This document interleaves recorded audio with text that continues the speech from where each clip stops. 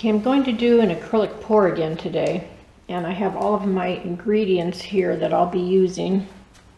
It includes silicone, which I purchased from an aquarium store.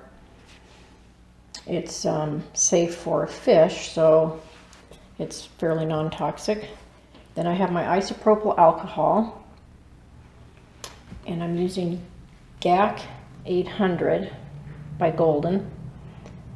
And then I have various fluid acrylic paints, and for today's paintings I'm using Flow Acrylic by Artist Loft.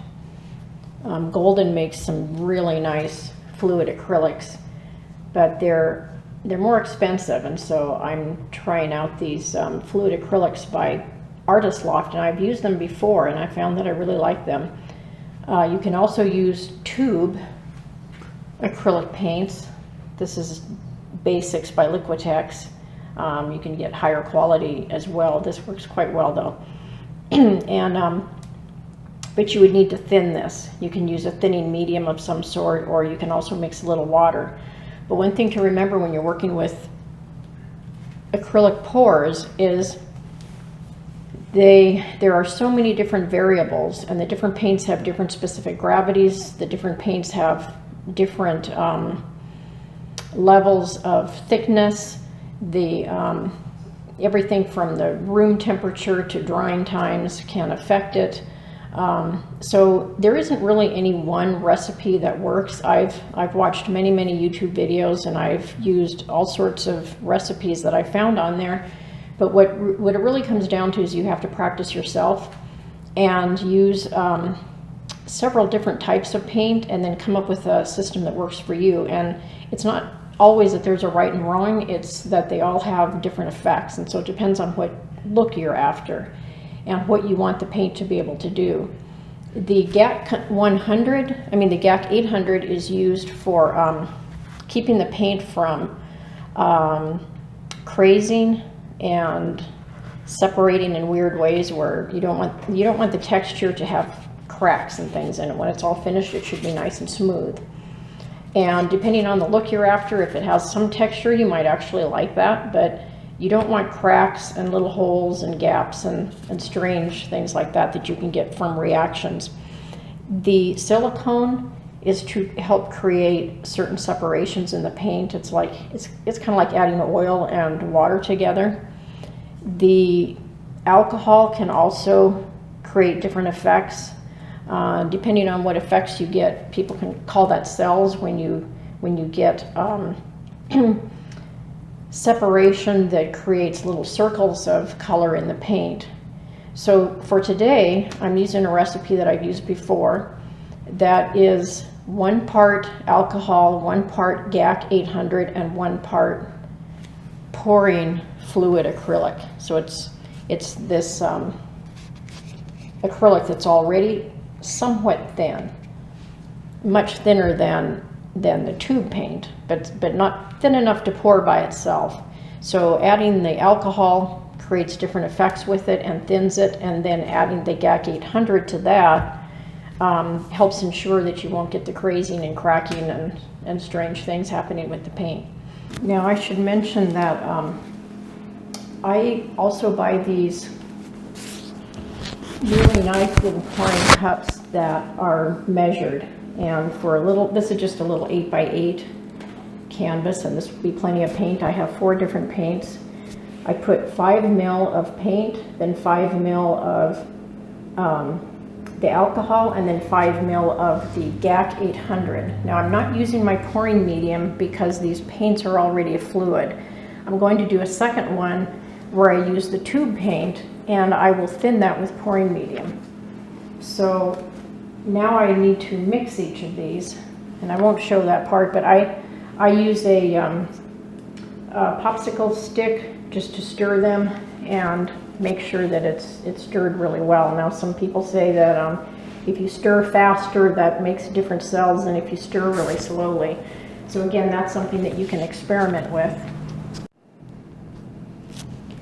Now another thing that I forgot to show before is I put saran wrap down. I get these real inexpensive trays. You can get them at the dollar store, or I get them at, they're just aluminum trays for cooking and things. They're not super good quality, but they're good enough for this. I get them in a batch of usually a few at a time in a grocery store. Then I put saran wrap down over the top, just because acrylic pours make quite a mess.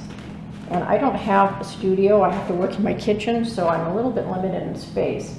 And then I use any kind of container like this that provides me a good spot to set my canvas.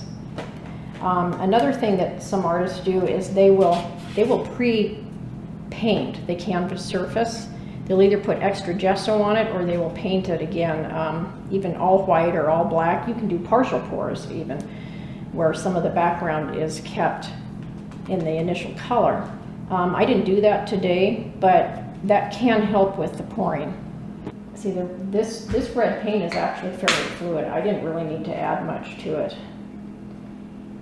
And then the other thing is, I keep my popsicle sticks separate, but after I'm done putting down the colors, you can use a popsicle stick or a palette knife or anything you want to kind of play around with it and move it.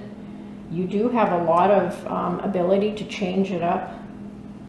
So I will remember that because this is already fluid, I won't have to add quite as much alcohol next time. So I'll see how this turns out. So to start with, this white is a little bit thicker for some reason.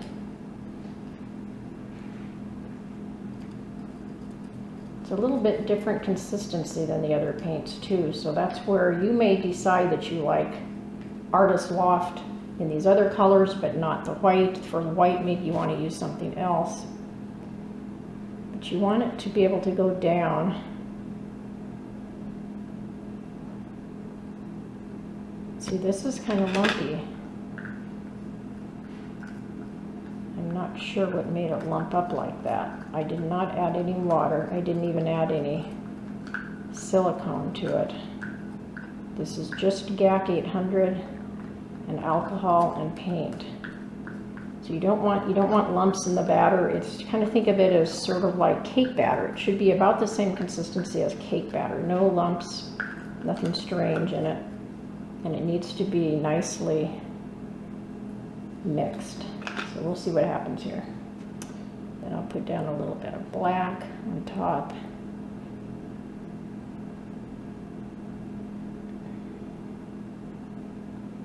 It's already pouring because this is not completely level. There's some red in there.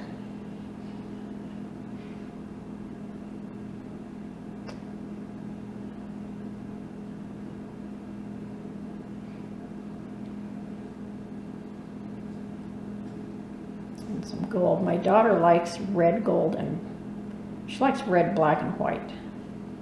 But I thought I'd throw in a little gold because that kind of brightens it up a bit. And the pouring gives different results. Right now I'm not really pouring yet at this point. I'm just getting my paint down. You don't want too much paint sitting up on the surface either. But this has a little bit of lumpiness to it too, so I'm going to have to remember that. That's kind of strange.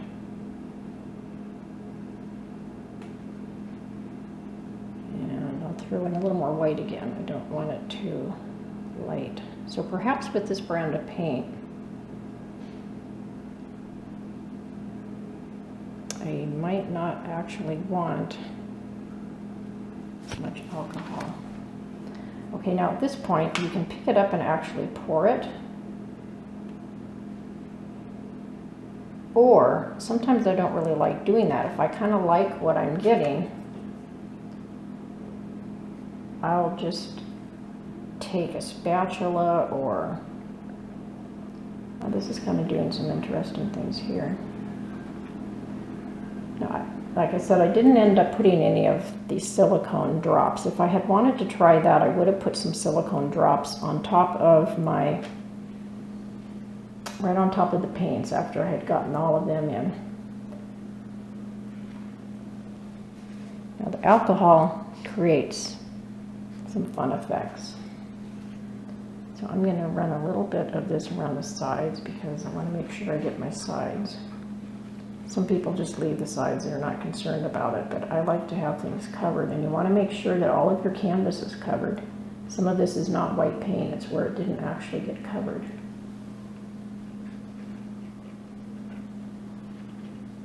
If you end up with a situation where it's not covered well enough, you can always put a coat on your painting when you're done, like a resin coat. I wanted to have enough white in this. I didn't want it to be real dark. So when you're doing this, you're still thinking about composition. It's true, it's an abstract kind of a painting, but you still need to be real aware of your composition.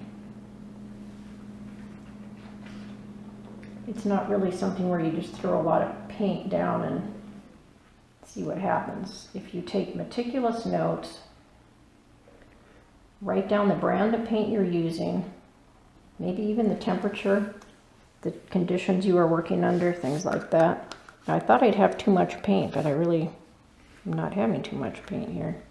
In fact, I might take a little bit here of just plain paint for the sides. When I'm all done, I may add some gold, though. I think I need a little something more.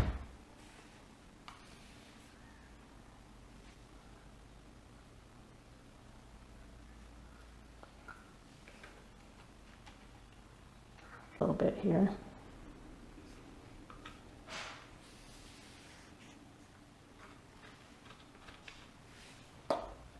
Acrylic pours are fun to do when you want to do something that's very different. Get a whole new look. Something you wouldn't normally get. Now see, without using silicone, I'm actually getting a lot of interesting stuff going on here.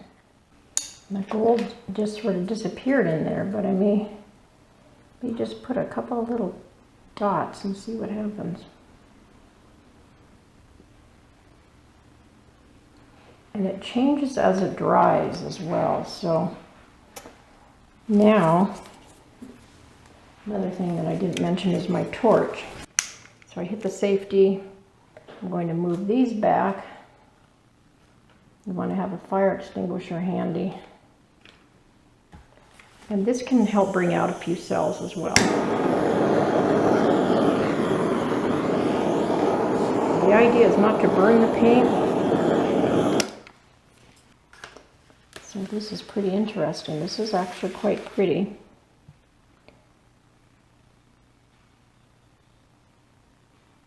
And I'll watch as it dries. I like this because you can get effects that look like marble or like various types of natural stones and things. I just think it's really interesting.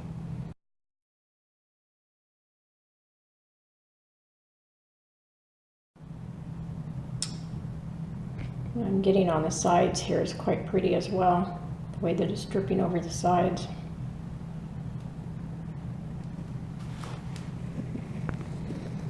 Now with my next group, because I've decided not to use any alcohol in this next painting because I'm going to be using pouring medium with tube paints mostly, or the flow acrylic. I'll use some of that as well. It doesn't need to be thin. I'm not going to use the GAC 800 either, since I have pouring medium and paint already going. Like I said, I won't use the alcohol, so I will throw in a few drops of silicone, which is something that reacts with paints and creates some cells and some interesting features. So we'll see how that goes. Okay, so here's what I did for this batch. I mixed my Prussian blue with a tiny bit of the flow acrylic white, just to get the color I wanted, and then I added pouring medium. And I found that it was actually quite thick because this Prussian blue was my tube paint, which is very thick. And so I had to add quite a bit of pouring medium to it. I would say I used 1 part paint to 3 to 4 parts pouring medium, and then it was still a little bit too thick, so I added 5 ml of water. I haven't used water before. I know a lot of people use water. You have to be careful with water and acrylic paint. You never want more than 50% water with acrylic paint. It's not good for the paint. The paint doesn't have enough polymers then when it's thinned with water too much. So now I have decided, I changed my mind. I am going to use a little bit of the silicone because I'm not using any alcohol and I want to see what kind of effects I can get. So I'm adding 1 good drop of silicone. So I'll mix that and then I'm just going to start pouring. I haven't let this totally dry, so it's a little sticky in areas, which that will affect the flow. For flow acrylic or acrylic pours, you might want to really be able to pour. I kind of like to let it sit and see what it does on its own because I like to play around with it and change it up some. So we'll see what happens with this.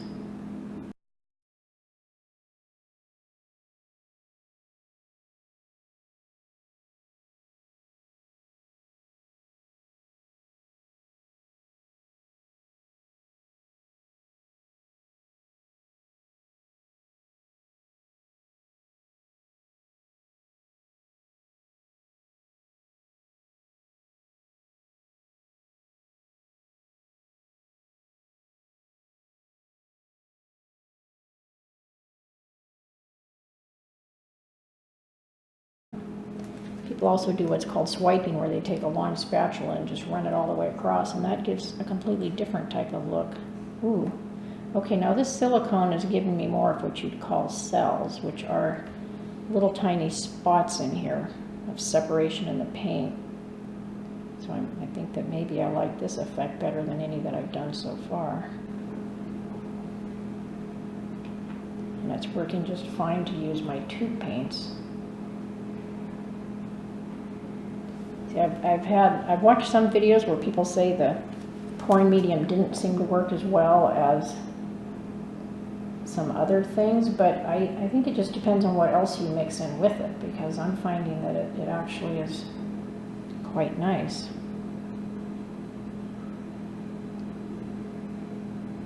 And some people like getting a whole lot of cells. I'm just looking for the overall composition. So you don't just plop it down like I was saying. If you just throw the paint out here, let it do whatever it wants to do, it'll be quite pretty. But I like the fact that you do have some control over it. There's a lot you can do.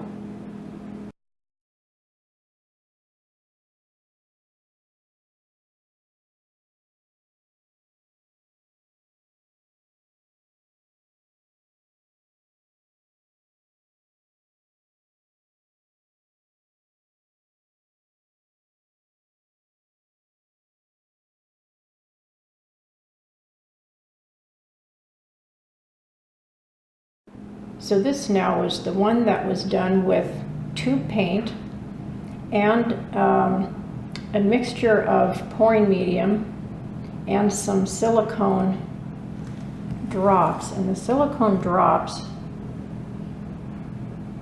create some of these little circles in the paint that you see. There aren't a lot of them, there's just a few. I didn't put the silicone in all of my paints, but I like that look.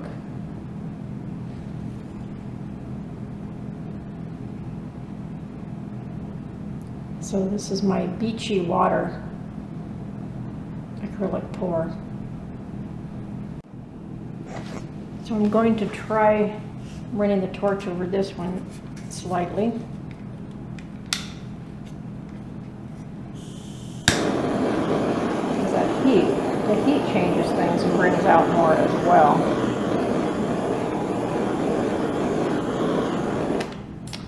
I also should mention, though, the idea of a pour is so that you don't have too much paint sitting on the surface.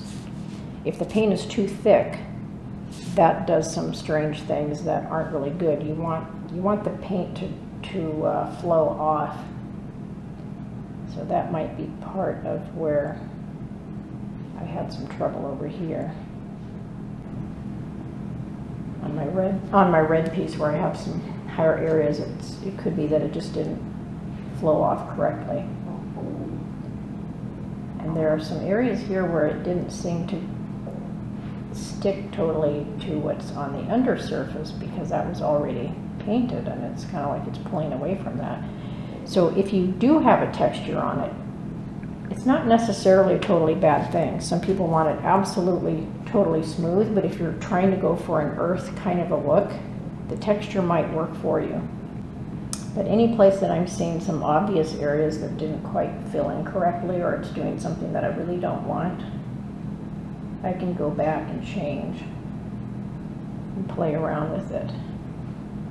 So I'm looking for color balance right now, and it's going to continue to change for a while. So at this point I'll let it dry, and when both of these are all finished drying, then I will take photos to show at the end of the video.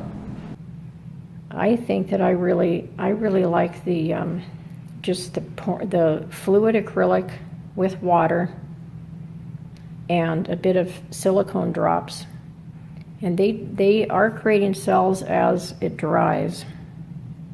I'm getting some real pretty effects here. The light is shining on here, so I don't know how well you can see it, but I think it's quite pretty.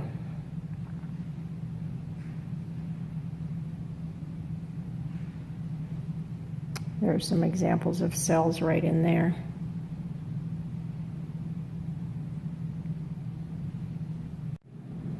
As this dries, you can see that the bubble areas are going down.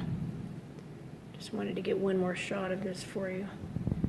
All the areas around have dried, and slowly the bubbles, that kind of the areas that look almost like a gel that's sitting on top, are, as they dry, they're going away as well. They're sinking down onto the canvas.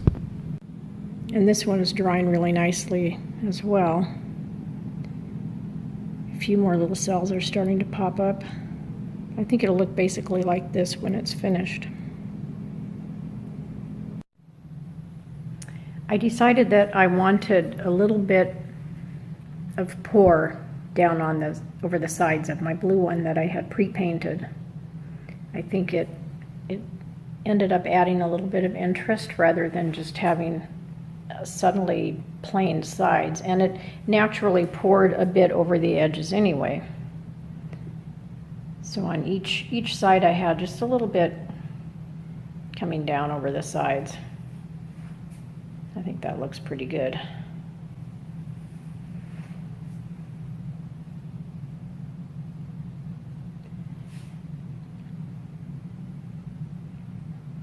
And my red one here, as it continues to dry, the bubbles are still going down, so I think it'll end up working out just fine. And it's blending in really nicely to the background. And I think it has some really, really pretty effects here. Okay, so here's my final result, and I'm very happy with both methods. The one where I used the silicone, I realized that I should have stirred it better. The silicone sort of rose to the surface, and over time I let it sit overnight, and it dried really nicely, but there were little spots of sort of like a greasy film here and there scattered over the blue and brown one. And so I just took a little tissue and dabbed it up, and that was fine, but it's as if little splatters of baby oil or something were sitting on the painting. The paint itself dried fine. The one on the left, the one where I used the alcohol and GAC 800, it actually dried just fine. The little bubbles that I showed earlier, they ended up flattening out, and the surface is really nice. It's totally smooth and flat. I'm quite happy with that one. So I think the only difference that I would do next time is I would try mixing much better. Another thing that I should mention is that after you have mixed your paints, let them sit.